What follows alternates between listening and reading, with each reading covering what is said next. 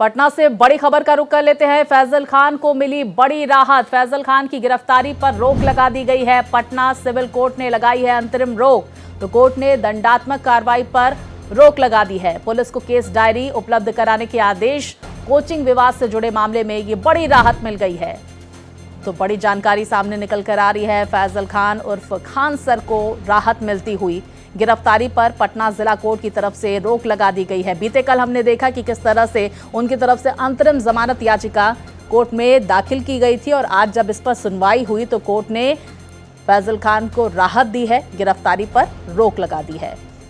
तो देखिए, फैजल खान के कोचिंग इंस्टीट्यूट में पथराव का मामला, फायरिंग की घटना भी सामने आई और इसको लेकर फैजल खान की तरफ से बयान बदला गया। फायरिंग को लेकर जब पूछताछ हुई, 2 बॉडीगार्ड एक वीडियो में नजर आए। उन्हें जब हिरासत में लिया गया, वो खान सर के बॉडीगार्ड निकले और उन्होंने कहा कि खान सर के कहने पर ही उन्होंने गोलियां चलाई। अब इस पर लगातार पूछताछ का दौर जारी है। ये कहा जा रहा था कि फैजल खान पहले सरेंडर करेंगे और उसके बाद ये उनके वकील की तरफ से इस बात को नकारा गया और आखिरकार बीते कल ये कोर्ट में अग्रिम जमानत को लेकर ये याचिका दाखिल की गई थी, जिस पर आज सुनवाई करते हुए राहत दी गई है फैजल खान को। विस्तार से जानकारियों के साथ हमारे सहयोगी आशुतोष हमारे साथ जुड़ गए हैं। आशुतोष, एक बड़ा दिन था फैजल खान के लिए और आखिरकार जब कोर्ट की तरफ से इस पूरे मामले में सुनवाई हुई तो आदेश सामने आया है, राहत मिलती हुई फैजल खान को और गिरफ्तारी पर रोक लगा दी गई है। क्या कहना था कोर्ट का? बेशक स्वाति, फैजल खान को अंतरिम राहत जरूर मिल गई है और वकील ने जो तर्क दिया है वो सीधे तौर पे कहा है कि फैजल खान उस समय वहां उपस्थित तो जरूर थे, लेकिन हालात के प्रसंगवश जिस अंदाज में फायरिंग हुई है उसमें उनका मनसा साफ था। अपनी आत्मरक्षार्थ उन्होंने अपनी बातें कही थी, क्योंकि जब ये दोनों गार्ड्स ने बयान दिए थे उसके आधार पे बीएनएस के धारा 109 का इस्तेमाल करते हुए पुलिस एफआईआर दर्ज की थी। उसमें साफ साफ उन दोनों गार्ड्स के बयान थे। उसमें उन्होंने बताया था कि फैजल खान ने कहा था कि गोली चलाओ, जो होगा हम देख लेंगे। तो इसी को आधार बनाकर एफआईआर दर्ज किया गया था। लेकिन फैजल खान के वकील का तर्क था कि जिस तरह के हालात थे वैसी स्थिति में आत्मरक्षार्थ उन्होंने अपने गार्ड्स को इशारे किए, लेकिन उनकी मंशा इस तरह से नहीं थी। तो इसको आधार बना के लगातार दलीलें दी गई फैजल खान के वकील की ओर से और कोर्ट ने साफ साफ कहा कि पुलिस इस बाबत केस डायरी प्रस्तुत करे और ये एस्टैब्लिश करे कि पर्याप्त साक्ष्य है जिसके आधार पे हम फिर से इसको सुनेंगे। लेकिन फिलहाल आशुतोष बने रहिए हमारे साथ। फैजल खान के वकील की प्रतिक्रिया आ रही है, वो भी दर्शकों तक पहुंचा देते हैं। अभी डेट फिक्स नहीं हुआ है, बाद में पता लगेगा। मिल गई अरेस्टिंग, इसका मतलब होता है arresting stay. The police cannot arrest the person. जो कस्टडी में है गार्ड्स लोग, हाँ 10 तारीख को है। मन होगा तो आ सकते हैं, नहीं तो कोई जरूरत है उनको आने की आवश्यकता नहीं है।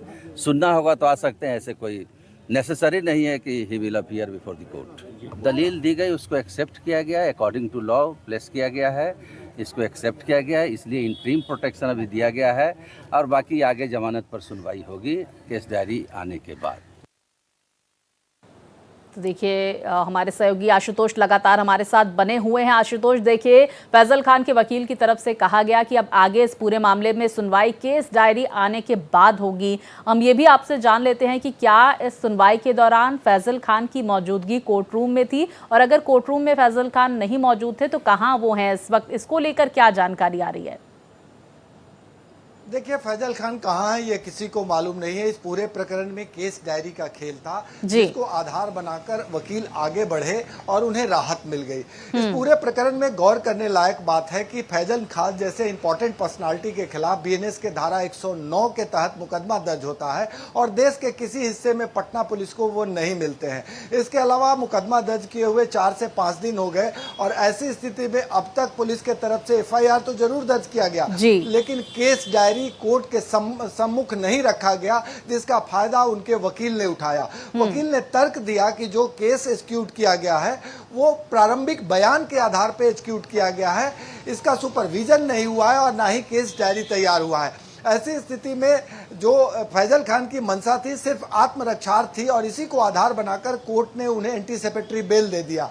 तो कहीं न कहीं इस पूरे प्रकरण में पुलिस दावा करती रही, विशेष टीम बनाने का हवाला देती रही और ना तो फैजल खान को वो गिरफ्तार कर पाई, ना ही कानूनी शिकंजा कस पाई और ना ही केस डायरी कोर्ट के सम्मुख रख पाई।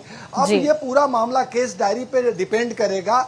जब इस मामले को इन्वेस्टिगेट करके केस डायरी तैयार होगा और कोर्ट के समक्ष प्रस्तुत होगा तो हो सकता है कोर्ट इसको सुनने के बाद कुछ और निर्णय ले।